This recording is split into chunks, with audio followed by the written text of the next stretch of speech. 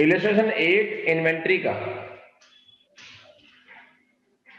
31 मार्च को year close होता है। मैं पहले कुछ इंफॉर्मेशन लिख रहा हूं जो गिवन है। Due to some unavoidable reason no inventory taking could be possible till 15 April. 15 April तक हम इन्वेंट्री कर ही नहीं पाए।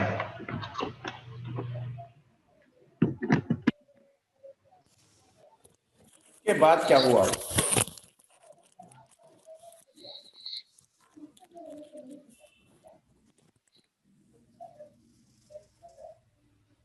On which date the total cost of goods in his godown 5 lakh, यानी कि 15 अप्रैल का स्टॉक मुझे पता है 5 लाख रुपए है। अब 31 मार्च से 15 अप्रैल के बीच में क्या क्या ट्रांजैक्शन हुई वो इसमें मेंशन है। ठीक, तो ये तो इंफॉर्मेशन जो गिवन थी मैंने वो रख दी। अब यहाँ पे मैं सॉल्यूशन दिखा रहा हूं कि आपको शो कैसे करना है। सर। हाँ जी सर ये कौन सा इलस्ट्रेशन है? सर गलत पकड़े हैं सर। अच्छा, ये पकड़े हैं, एक मिनट, कहाँ हो गया ये रहा। आपने 8 पूछा है? Yes sir. अच्छा जी सर। 9 कराना शुरू कर दिया। 9 करना है ऐसे 9 या नहीं करना? 9 सर कर करा दो, अगर करना ही तो सर करा दो, क्या दिक्कत होगी? चलो 9 करा रहा हूं मैं, फिर 8 कराता हूं उसके बाद। Inventory as on 31 March, year given है कोई? चलो year 2017 equals to inventory as on 15 April 2017 plus cost of sales between 31 March to 15 April minus purchases made, ये पर ना लिख के पूरा फुल फॉर्म लिखना, purchases made between 31 March to 15 April, ऐसे आपको शो करना है। अब इन्वेंट्री है प्लस, अब कॉस्ट ऑफ सेल आपको निकालनी है। तो ये तो फॉर्मूला हो गया। नीचे हम करेंगे वर्किंग, यानी फॉर्मूले की जो चीजें आपको अलग से फाइंड करनी है उनको वर्किंग में दिखाएंगे। कॉस्ट ऑफ सेल निकालने के लिए सेल्स कितनी है? सेल तो दे रखी है क्वेश्चन में। Yes sir. और हमें चाहिए नेट सेल, तो 4,10,000 माइनस 10,000, 4 लाख आ गया। और उन पे जो ग्रॉस प्रॉफिट है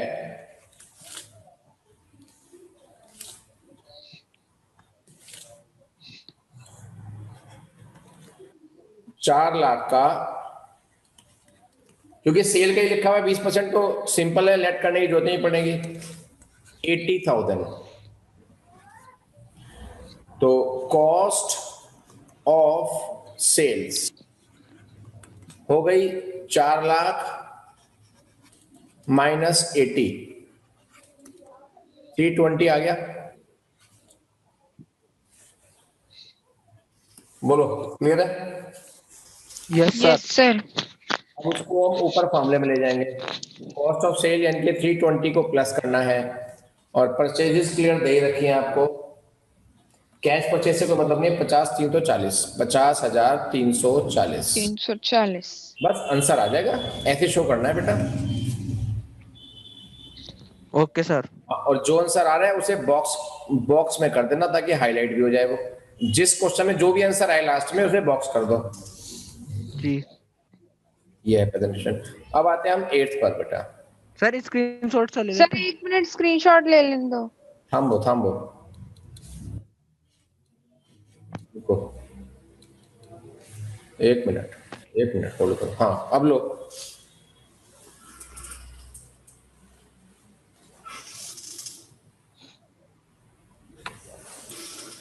हो गया? Done sir.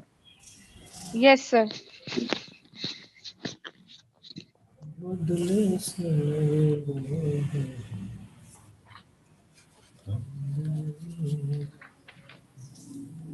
इलस्ट्रेशन 8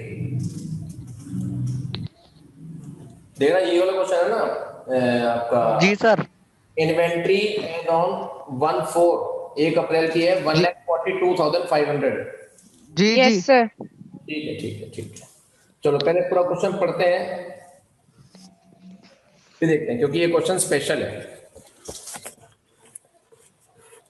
31 मार्च की हमें इन्वेंट्री फाइंड करनी है, 1 अप्रैल की हमें पता है, तो ये तो सिंपल क्वेश्चन है, लेकिन इसके अंदर एडजस्टमेंट थोड़ी डिफिकल्ट है।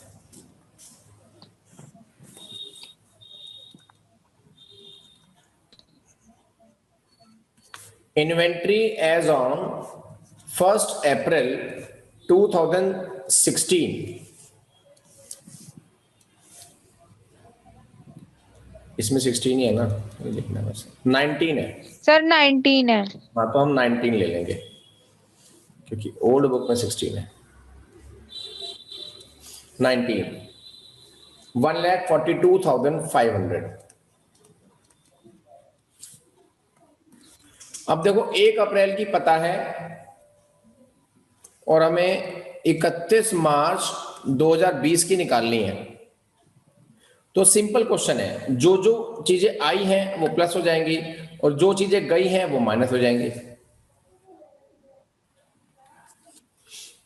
तो उस हिसाब से देखेंगे।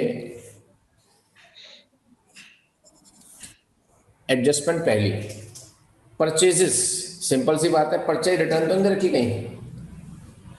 No. परचेजेस है, मैन्युफैक्चरिंग एक्सपेंसेस है, सेलिंग एक्सपेंसेस है, एडमिनिस्ट्रेटिव एक्सपेंसेस है, फाइनेंशियल चार्जेस है, सेल्स है। चलो आगे देखते हैं और क्या क्या गिवन है। At the time of value inventory 31 मार्च, अच्छा पिछले साल की जो इन्वेंट्री वैल्यू हमने की थी, इतना रिटर्न ऑफ था एक पर्टिकुलर आइटम पे, वाज ओरिजिनली परचेज्ड फॉर 50,000। चलो कोई बात नहीं। अच्छा, यानी कि लास्ट ईयर जो हमने इन्वेंट्री वैल्यू की थी ना बेटा, उस टाइम हमने एक गड़बड़ की थी। ये एडजस्टमेंट जो लास्ट की 3 लाइन है, अच्छे से पढ़ो बेटा, अच्छे से पढ़ो। ये बहुत यही चीज है जो थोड़ा परेशान करेगी, बाकी सब नॉर्मल है इसके अंदर। सर 1 मिनट रुक जाओ। पहले आप रीड कर लो, फिर मैं दोबारा समझाऊंगा, फिर दोबारा रीड करना।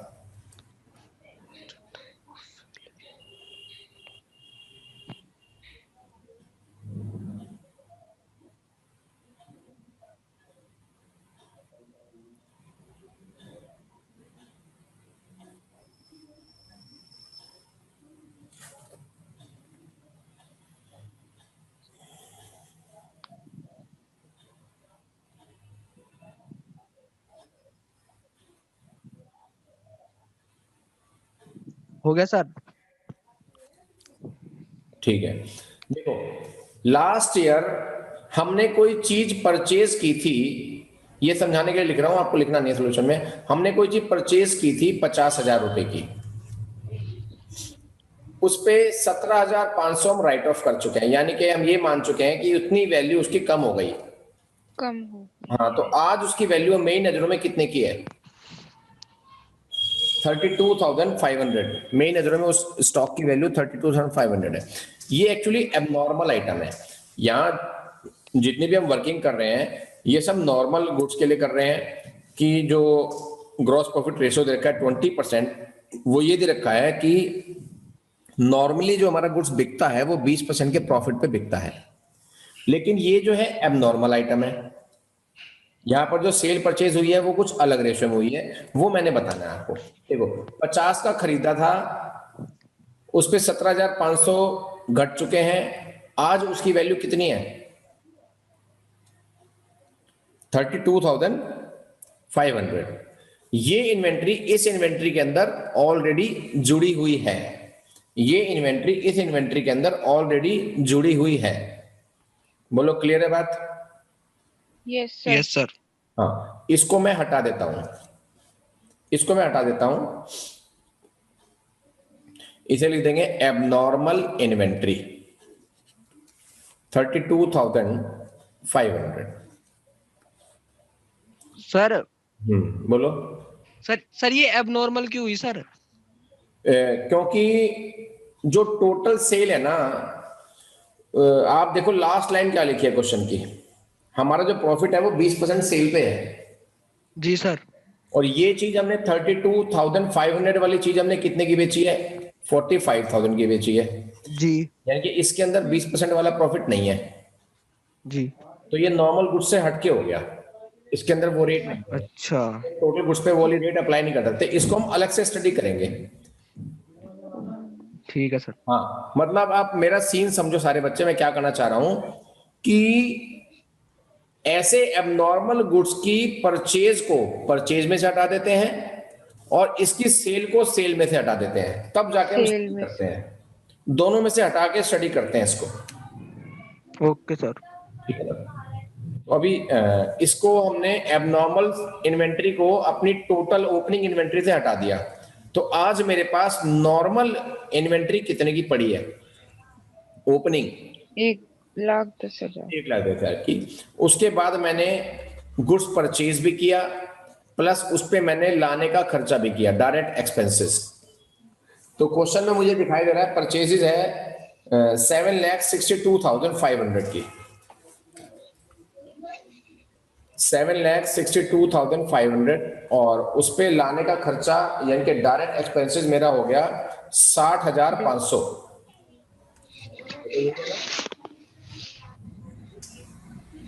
नहीं, 1.5 लाख है, 1.5 लाख, 1,50,000। वो 60,500 तो वो है सेलिंग एक्सपेंसेस। सेलिंग एक्सपेंस और एडमिनिस्ट्रेटिव एक्सपेंस से हमारा कोई मतलब नहीं है, हमें चाहिए होता है डायरेक्ट एक्सपेंस खाली कॉस्ट के लिए। ठीक है, इन दोनों को जोड़ना जरा, कितना आ रहा है कैलकुलेटर पे? 9,12,500। अच्छा, 9,12,500। 12,500। इनको ऐड किया तो 10,22,500। 22,500। ठीक है, ये इन्वेंट्री मेरे पास अवेलेबल होनी चाहिए थी इन टोटल। मतलब मेरे पास शुरुआत में इतना गुड्स था नॉर्मली, इतना गुड्स मेरे पे और आ गया। ठीक, अब मैं वो माइनस कर दूंगा जो मैंने बेचा था, उसकी cost of sales, cost of sales में माइनस कर दूंगा। तो वही एबनॉर्मल गुड्स, पहले तो सेल बताओ कितने की है, सेल बताओ। 12,45,000। 45,000 की सेल है, सब बच्चे ध्यान दो। उसमें एबनॉर्मल सेल कितने की है? 45,000।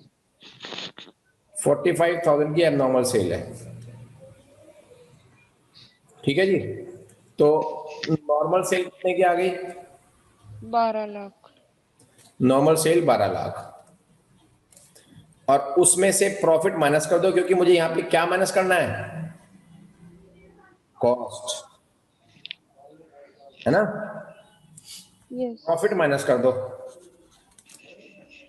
प्रॉफिट कितना है? 20% ऑन सेल्स। सेल कितनी है? 12 लाख। 12 लाख का 20% कितना होता है? 2,40,000। 24,000। तो 2,40,000। हाँ, ये बता दिया मैंने। तो मेरी कॉस्ट सेल आ गई 60,000। 9,60,000, माइनस कर दिया,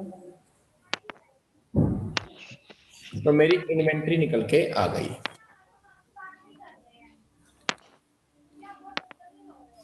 ये मेरी इन्वेंट्री आ जाएगी। एबनॉर्मल चीज का इफेक्ट हमें हटा के देखना होता है।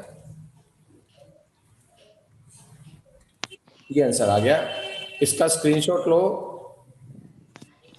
एक मिनट, हाँ अब लो। सर ले तो लिया सर, पर सर एक बार दोबारा बता दो थोड़ा सा क्या क्या करा सर हमने। हाँ, मैं बताता हूं आपको। चलो अब ये बताओ आप मुझे, अगर ये लास्ट की 3 लाइन ना होती तो आप मुझे ऑरली बता दो कि क्या क्या करते आप। ये वाला काम करते, ओपनिंग इन्वेंट्री लिखते, बोलो। जी यस सर। और परचेज और डायरेक्ट एक्सपेंसेस प्लस करते, जी यस सर। तो टोटल आ जाता। टोटल में से सेल की कॉस्ट माइनस कर देते आप, यस सर। बस। Yes sir. तो हमने एक्स्ट्रा क्या किया? हमने एक्स्ट्रा किया सिर्फ एबनॉर्मल आइटम, जो लास्ट की 3 लाइन में लिखी है। एबनॉर्मल आइटम की आपको 2 चीज निकालनी है, एक तो वो आपको कितने की पड़ रही है, मतलब आज उसकी वैल्यू क्या है इन्वेंट्री में इंक्लूडेड, और कितने की वो बेची है। कॉस्ट को कॉस्ट में से हटा दो और सेल्स को सेल में से हटा दो। एबनॉर्मल आइटम की कॉस्ट को इन्वेंट्री में से हटा दो, ऊपर हटा दिया, यस सर। यस सर, उसकी सेल को सेल में से हटा दो, हटा दिया। तब जाके तो आप देख पाओगे 12 लाख की जो सेल है ये नॉर्मल सेल है ना। हाँ तो वो जो Yes, 20% मार्जिन निकलेगा वो इस पे निकलेगा, वो 1245 पे नहीं निकल सकता, क्योंकि 1245 में एक ऐसी सेल इंक्लूड है 45,000 की जो 20% पे नहीं हुई है, बाकी सारी सेल जी 20% सर। की है। तो 12 लाख में से मैंने 20% माइनस कर दिया 240, तो जो कॉस्ट निकल के आई सेल की वो 9,60,000 आई है। बोलो।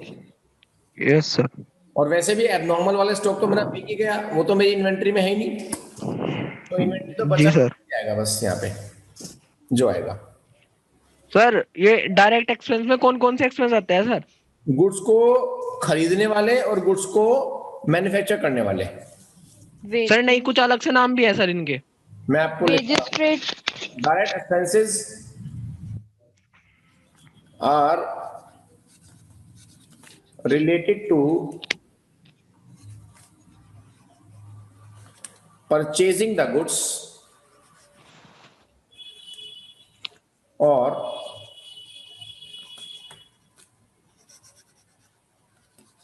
Manufacturing the goods. wages carried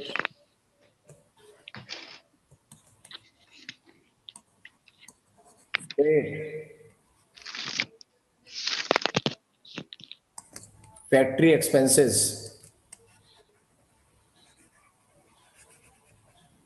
manufacturing expenses,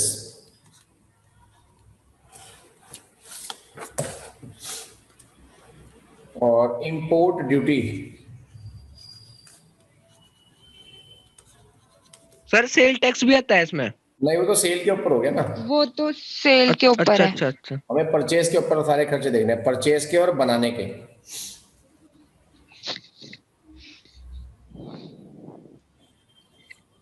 ठीक है, ये होते हैं डायरेक्ट एक्सपेंस। सर इसमें ये एडमिनिस्ट्रेटिव एक्सपेंस और फाइनेंशियल चार्जेस क्या चीज है सर? ये इनडायरेक्ट एक्सपेंस है। यार रुक जाओ, ये ऑफिस के खर्चे हैं, ये इनडायरेक्ट होते हैं, ऑफिस के सारे खर्चे इनडायरेक्ट होते हैं।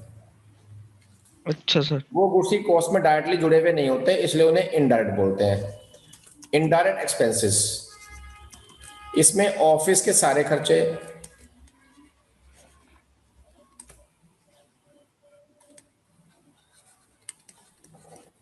Administrative expenses, selling expenses, distribution expenses, ये सब आते हैं। सैलरी वगैरह, रेंट है, एडवर्टाइजमेंट है, ये सब इनडायरेक्ट है। सर ये भी ऐड करते हैं? नहीं नहीं, ये तो इनडायरेक्ट है, एक्सपेक्ट करते हैं, इन्हें इग्नोर करना है, गुड्स की कॉस्ट में जुड़ते नहीं है ये। ठीक है सर। आपने trading profit and loss account नहीं बनाए हुए क्या, financial statement, final accounts? Sir बना रखे हैं।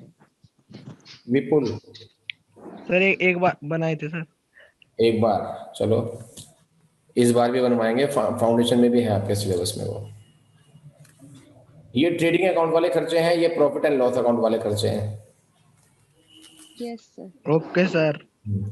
जो नॉलेज आप लोगों को पहले से है, मान लो आपने अपनी पिछली क्लासेस के अंदर कोई चैप्टर अच्छे से किया था, या उसके नोट्स आपके पास हैं, जैसे जर्नल है, कैश बुक है, या पार्टनरशिप अकाउंटिंग है, या कंपनी अकाउंट्स है, कुछ भी है, अकाउंट का कोई भी चैप्टर फलान ढिमकाना आपने अच्छे से कर रखा, नोट्स या किताब आपके पास है, तो वो चीज आपने किसी को देनी नहीं है, क्योंकि मैं आपकी प्रीवियस नॉलेज को यूज करके आगे पढ़ाऊंगा, जिससे आपकी एफिशिएंसी डबल हो जाएगी, और प्लस हम रिवीजन अच्छे से कर पाएंगे उन चीजों का। Okay sir. हाँ, ओके सर। पढ़ रखी है पहले से, और मैं कह दूं कि नहीं आप तो ये उसी मेथड से करो जिस मेथड से मैं बोल रहा हूं। जिस चीज में मेथड चेंज करने की नीड नहीं है, उस चीज में मेथड चेंज नहीं करेंगे, इससे आपको बिल्कुल नहीं लगेगा कि आप कई बार ना कंफ्यूज हो जाते हैं। कोई चैप्टर आपने पहले कर रखा है किसी और मेथड से, मैंने करा दिया किसी और मेथड से अपनी शेखी पकड़ने, तो उसमें क्या होता है, पिस जाता है बच्चा बेचारा। तो हमने वो, जी सर। हाँ वो काम हमने करने नहीं है। हर चीज हम सिस्टम पे चला के चलेंगे। इन्वेंट्री तो नया चैप्टर है तो इसलिए तो आपने किया नहीं होगा पहले, ये तो बिल्कुल इसी मेथड से करना है। जब कोई यस सर। हाँ नॉन चैप्टर हम करेंगे तो इस चीज का हम ध्यान रखेंगे। चलो, और क्या दिया था होमवर्क मैंने? 8 9 हो गए, और दे दिए थे सर। सर यही दोनों दिए थे होमवर्क बस। अच्छा अच्छा अच्छा अच्छा अच्छा।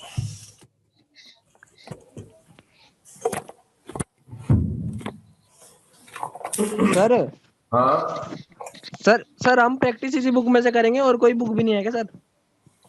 नहीं, इसमें तो क्वेश्चन ही नहीं है। पहले ये तो कर ले, फिर मेरी शीट्स आएंगी बस। अच्छा सर। हाँ जब स्टडी मटेरियल आप 2 बार कर लोगे उसके बाद शीट आएगी। 2 बार? हाँ जी, ऐसे नहीं होता ये। स्टडी में 3 बार होगा कम से कम एग्जाम से पहले, फिर मेरी शीट होंगी और उसके बाद 20 सैंपल पेपर्स हैं वो होंगे, तब आप एग्जाम के लिए तैयार होगे। सर ऐसा ना करो। ऐसा ही है, अब तो हम सही लगाते नहीं, हम तो बस ऐसे ही चले। ऐसा ना करो, क्या क्या ऐसा ना करो। हाँ बेटे तुम तो खुद 2 बार पढ़ लेगा क्या तू? हो जाओ। चलो अरे पढ़ लेंगे यार। आओ भाई, इलेक्शन 10 पे आ जाओ सारे बच्चे, जल्दी से आ जाओ तुरंत, बिना सोचे समझे। इलेक्शन 10।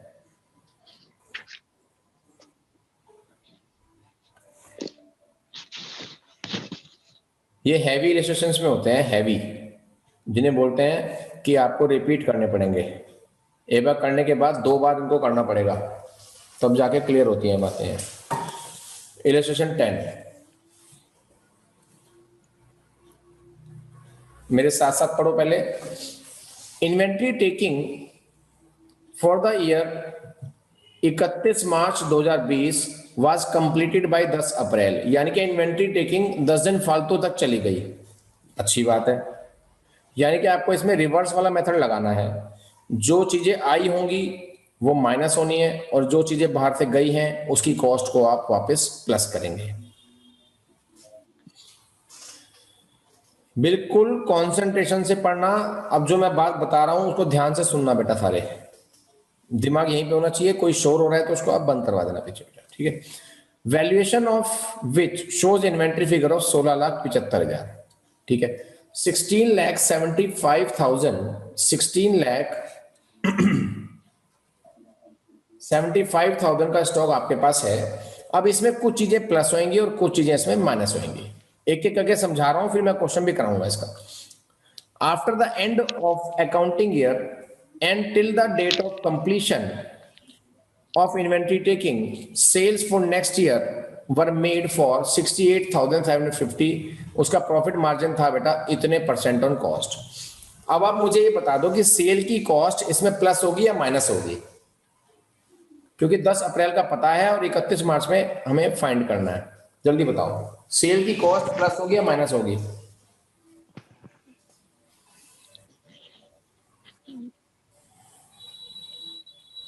प्लस होगी सर।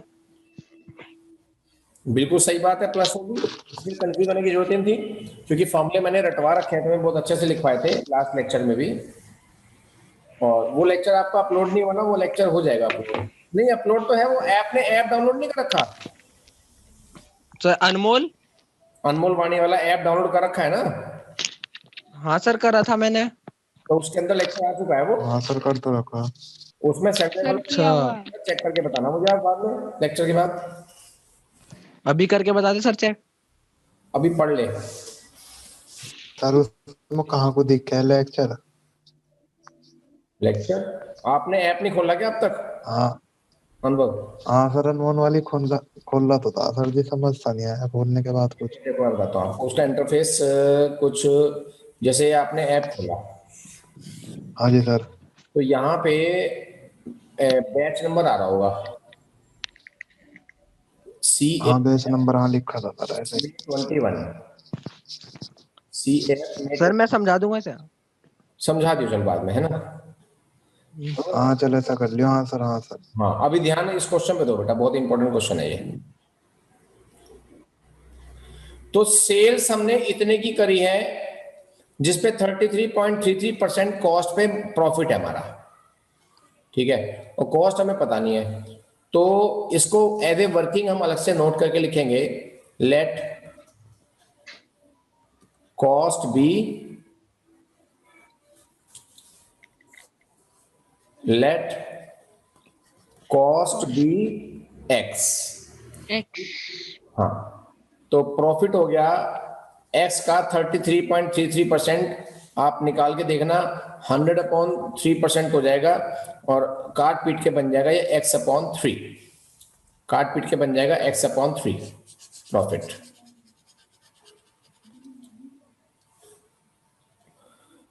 अब सेल्स हमको पता है, सेल्स है 68,750, तो सेल्स में से अगर आप प्रॉफिट माइनस करते हो तो कॉस्ट आ जाती है, आपको पता ही है। 68,750 में से x/3 आपने माइनस किया तो आंसर शुड बी x। तो x की वैल्यू निकालो फटाफट, कितनी आ रही है यहाँ पे।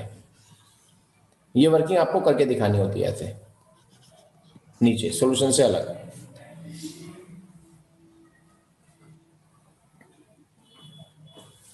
तो जो x का आंसर होगा वो होगी कॉस्ट, कॉस्ट ऑफ सेल्स। बताओ कितनी आ रही है।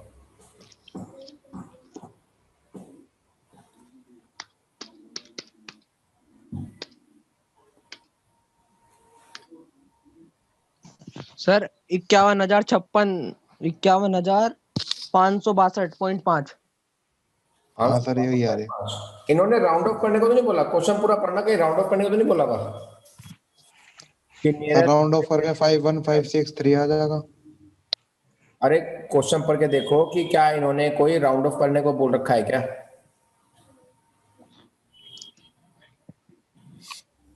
नहीं बोला है, अगर नहीं बोला है तो राउंड। No sir. हाँ, तो 62.5 बता रहे ना, 63 कर दो उसको, 63 कर दो, ठीक है। अब ये 63 प्लस होंगे, जो मैं इन्वेंट्री आ रही है इसके अंदर ये 51,563 ये प्लस हो जाएंगे, ठीक। यहां तक का आपने समझ लिया क्वेश्चन। अब यहां तक के क्वेश्चन में जिसको प्रॉब्लम है पहले वो बताओ मुझे, जिसको सर प्रॉब्लम। प्रॉब्लम तो है नहीं, रिपीट कर दो बस एक बार। रिपीट ये है, इन्वेंट्री आपको पता है 10 अप्रैल की और आपको 31 मार्च की निकालनी है, तो फॉर्मूला जी। पहले भी डिस्कस हुआ, अब भी डिस्कस हो रहा है।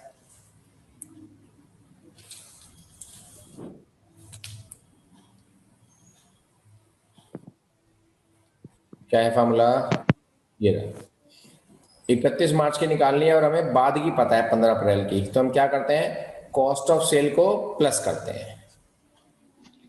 तो इस क्वेश्चन में कॉस्ट ऑफ सेल, सेल दे रखी है, प्रॉफिट घटा दिया उसमें से, एक्स मान के करो चाहे कैसे भी करो, तो कॉस्ट आ गई 51,563, तो उसे माइनस करेंगे हम, मैं उसमें ऐड करेंगे, सॉरी माइनस कह रहा हूं मैं, उसे प्लस करेंगे। बोलो क्लियर है इतनी बात। क्लियर नहीं है तो अड़े रहना जब तक क्लियर नहीं होगी। सर प्लस क्या क्या क्यों कर दिया सर ये? सेल तो प्लस, कॉस्ट ऑफ सेल्स तो प्लस होएगी। आपके सामने फॉर्मूला नहीं है क्या, जब मैंने इन्वेंट्री अच्छा ठीक ठीक ठीक है सर। आपको रिवर्स आना है, यानी कि जो जो बेचा था वो 31 मार्च वाला था जो आपने 31 मार्च के बाद बेचा है, तो वापस प्लस करना पड़ेगा आपको, उल्टा जी चलना है इसमें, क्योंकि जी जी सर। 10 अप्रैल की पता है और 31 मार्च की निकालनी है, तो उल्टा चलना पड़ेगा, कॉस्ट ऑफ सेल प्लस करना पड़ेगा। बोलो सर ये आपने 57 लिख रखा, 51 मेरा तो आंसर 51 आ रहा, ये प्लस में आपने 7 लगा रखा, 1 है। 1 है, 1 है। सर ये आ रहा 1,72,000। उसे छोड़ो, उसे छोड़ो, वो ना बताओ मुझे, ठीक है सर। मैं तो ये कह रहा हूं यहां तक आपको क्लियर है। हाँ ठीक है, अब हम आगे बढ़ते हैं। Purchase for the next year included in the inventory amounted to ₹90,000 at cost less 10% trade discount. ये क्या चीज है, ये क्या चीज है, सोचो ये क्या है। नेक्स्ट ईयर का मतलब क्या है, 31 मार्च का स्टॉक चाहिए मुझे, है ना। लेकिन 31 मार्च के बाद वाला साल यानी कि अप्रैल की सेल है, अप्रैल की सेल है, नहीं परचेज है तो, अप्रैल की हाँ ये हमने अप्रैल में परचेज किया था गुड्स, माइनस लेकिन 10 अप्रैल वाली इन्वेंट्री में जुड़ा हुआ है पहले से ही है। ये इन्वेंट्री 31 मार्च वाली तो है नहीं, तो इसे घटाना पड़ेगा। कितनी इन्वेंट्री है बताना जरा, कितने की इन्वेंट्री है जो घटेगी है।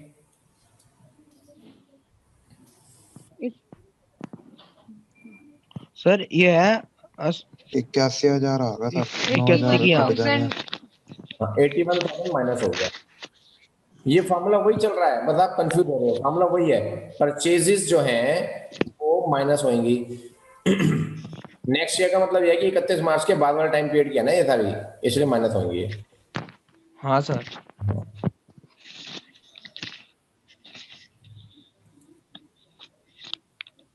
अब यहां तक क्लियर हो गया, अब आगे पढ़ते हैं। During this period goods were added to, goods were added, कहां लिखा है, To the inventory at a mark price of 3,000. Price of 3,000 in respect of sales returns. यानी कि किसी ने हमें गुड्स वापस किया था, ठीक, और उस पर प्रिंट था 3,000 रुपए, तो 3,000 रुपए गुड्स वापस आया था, 3,000 रुपए गुड्स वापस आया था, ठीक है ना। तो क्योंकि ये उल्टा चल रहा है, तो मैंने बोला था कि जितना आ रहा है गुड्स वो माइनस होगा और जितना जा रहा है उसकी कॉस्टिंग प्लस वो होगी। हाँ तो ये सर सेल्स, कनेक्शन से कट गया था। हाँ वो कोई नहीं, सेल्स रिटर्न जो हुई है, तो ये गुड्स आया है गया है, सर आया है सर, ये माइनस होगा सर। आया है तो इसकी कॉस्टिंग माइनस होगी, क्योंकि ये मार्कअप प्राइस है। मार्कअप का मतलब होता है जितना उस पर प्रिंट है, बेचने वाला प्राइस, उसकी कॉस्ट निकाल लो, 3,000 रुपए की कॉस्ट निकालो और माइनस कर दो, प्रॉफिट मार्जिन यही होगा।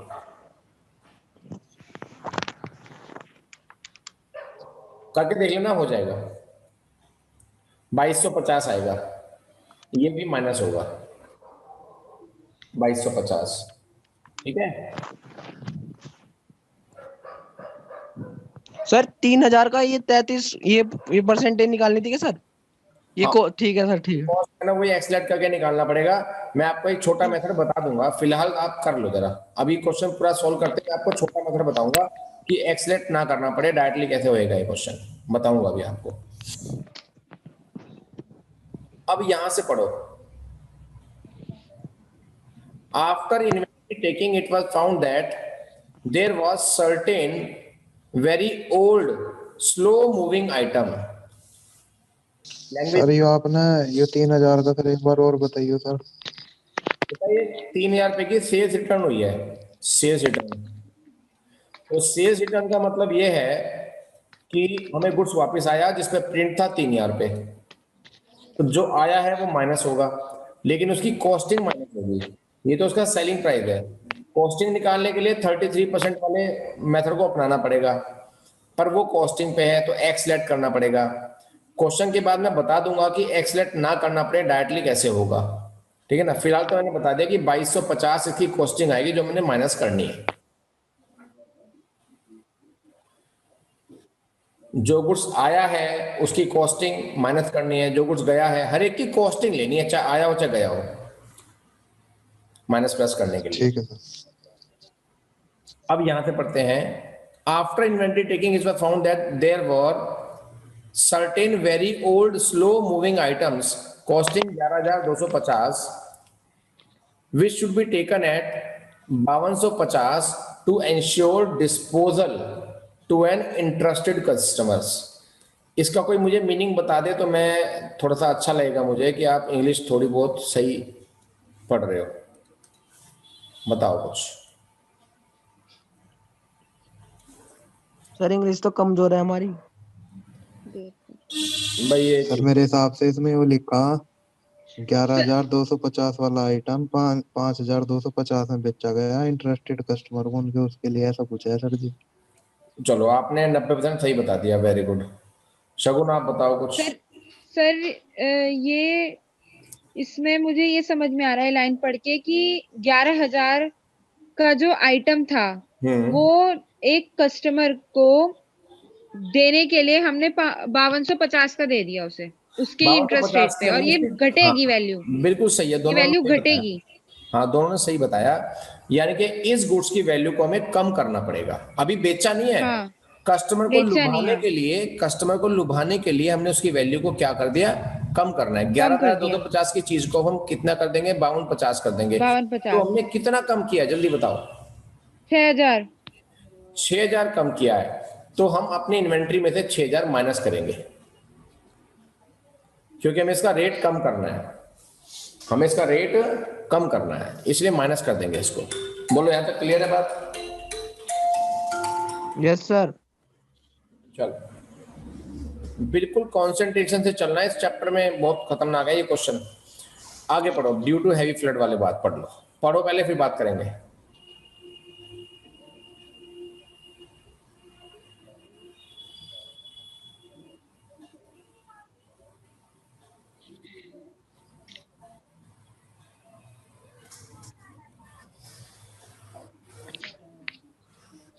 टूटा फूटा कुछ भी बता दो मुझे इसके बारे में, मुझे अच्छा लगेगा।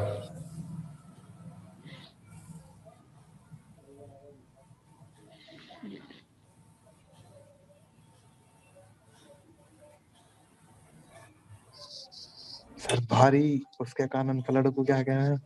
बाढ़। बाढ़ के कारण। हाँ सर, जब सर 15,500 का 15,500 जो, का जो फ्लड के, पहले ये बोलो फिर मैं बोलूंगी। नहीं नहीं बोल लो, शगुन कोई बोलो, बात आप शगुन बोलो। सर फ्लड के कारण जो ये 15,500 का गुड्स था जो सप्लायर से मिला था हमें, वो गुड्स कस्टमर ने लेने से मना कर दिया डिलीवरी डेट पे, और फिर उसकी वैल्यू 12,500 रह गई।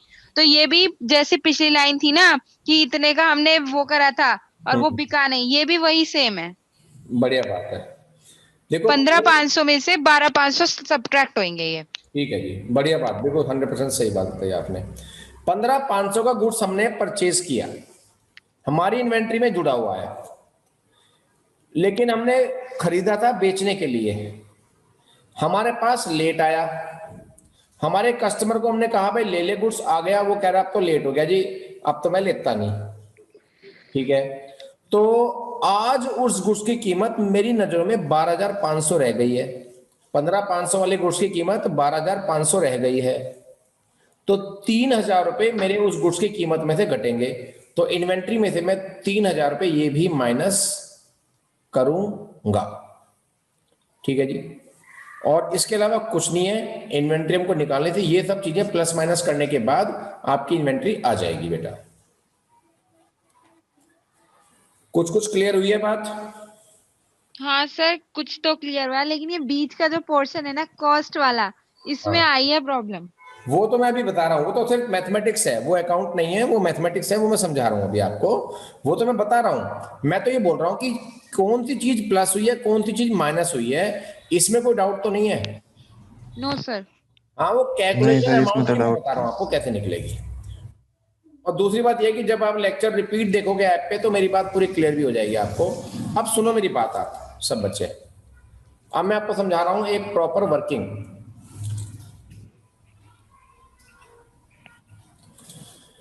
देखो, अगर हमें पता है कि ग्रॉस प्रॉफिट,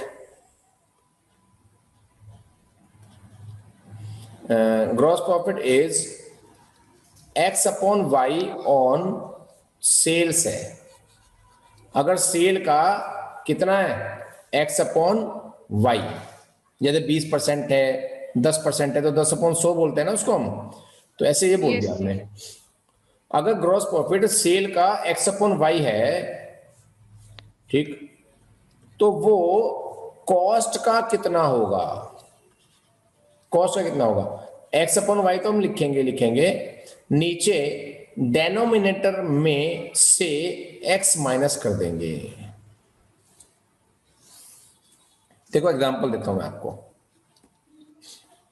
अगर जीपी है 25% ऑन सेल्स, 25% का मतलब 25 अपॉन 25/100। 100 ऑन सेल्स, और जरा काटना है इसको, कितना कट सकता है? 1/4। 1/4 ऑन सेल्स। सब बच्चे ध्यान दो बेटा, अगर ये दे रखा है तो वही जीपी कॉस्टिंग पे कितना होगा, कॉस्ट पे कितना होगा?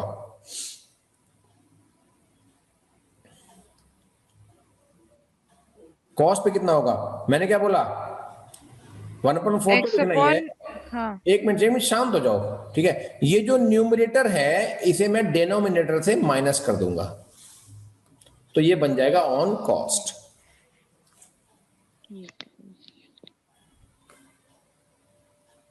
ठीक है, अगर कॉस्ट दे रखी है 75,000 तो कॉस्ट का 1/3 निकालूंगा तो 25,000 रुपए मेरा प्रॉफिट आ जाएगा। तो अगर हमें जीपी दे रखा है सेल पे और आपको कॉस्ट पे निकालना है तो ऐसे निकलेगा, न्यूमरेटर जो होगा वो नीचे डिनोमिनेटर में माइनस कर देना, मतलब ऊपर वाली चीज को नीचे वाली चीज में से, मतलब नीचे वाली चीज में से माइनस कर देना, तो वो सीधा सीधा कॉस्ट पे अप्लाई हो जाएगा। अभी एक और देखो आप, फिर मैं जो प्रेजेंट क्वेश्चन था उसको भी समझाऊंगा। जीपी अगर दे रखा है x/y ऑन कॉस्ट, जैसा कि हमारे इस क्वेश्चन में दे रखा था, हमें परसेंटेज कॉस्ट की मालूम थी और सेल की मालूम नहीं थी, इसलिए हमें लेट करना पड़ रहा था बार बार।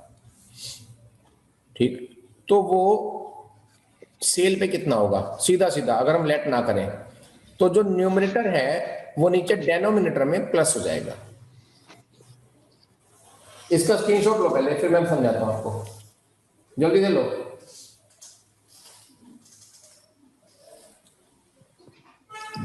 डन, ले लिया? Yes sir. अब मुझे बताओ कि इसके अंदर जो ग्रॉस प्रॉफिट है वो कितने परसेंट है?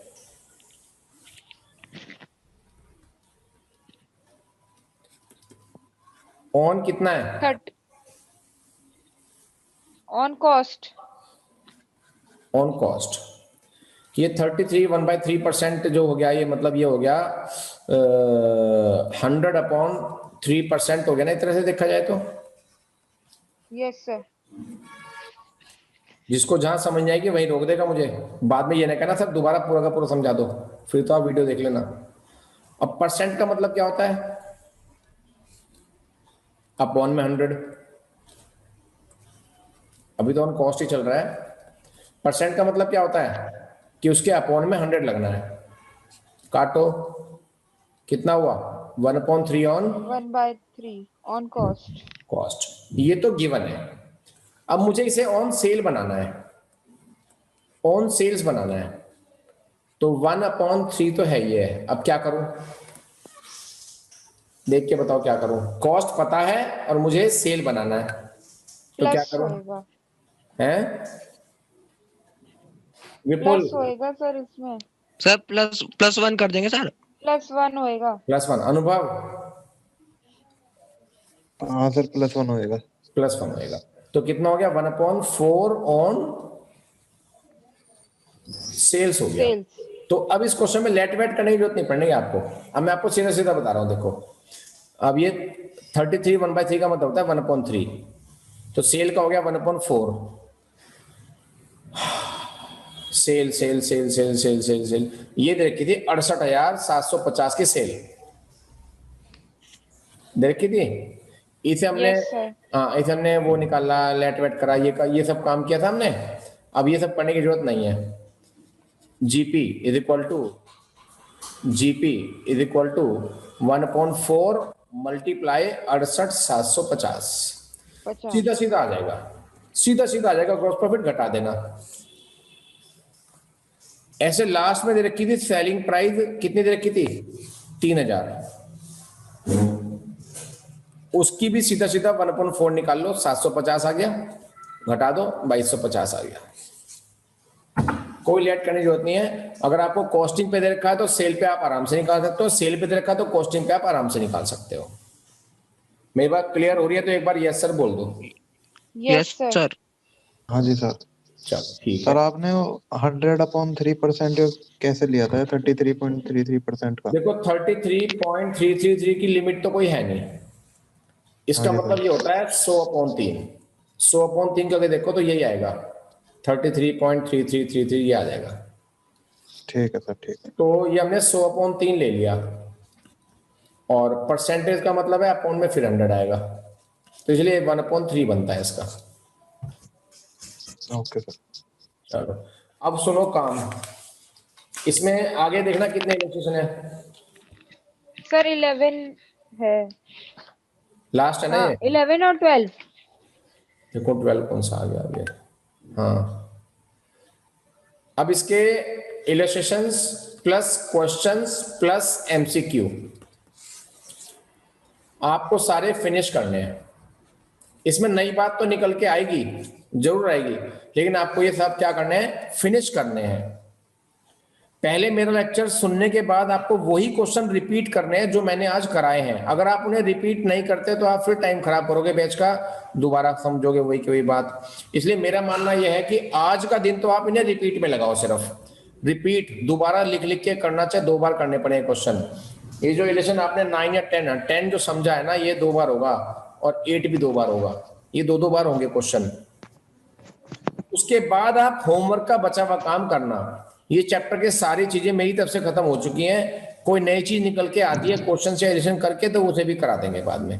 फिलहाल आपका होमवर्क है सारा कंप्लीट करना, क्वेश्चन ज्यादा नहीं है, ये सारा कंप्लीट कर लो, और मुझे व्हाट्सएप करके कल रिपोर्ट जरूर करना कि आपने कितना काम कर लिया, कितना पेंडिंग है। कल की क्लास उसी बेस पे लगेगी बेटा, ठीक है सर? हाँ। इसका वो प्रॉपर वे इसी तरह रहेगा जैसे आपने इलस्ट्रेशन 8 का कराया था? हाँ बिल्कुल वही प्रॉपर रहेगा, बुक में इलेक्शन भी उसी तरीके से हो रखे हैं, तो उसी तरीके से करने हैं काम, वही प्रेजेंटेशन अच्छा है सर। हाँ, कोई ठीक है फॉर्मेट सर। नहीं है इसका। जी सर। चलो ठीक है, बाय सर नमस्ते। नमस्ते सर नमस्ते। नमस्ते।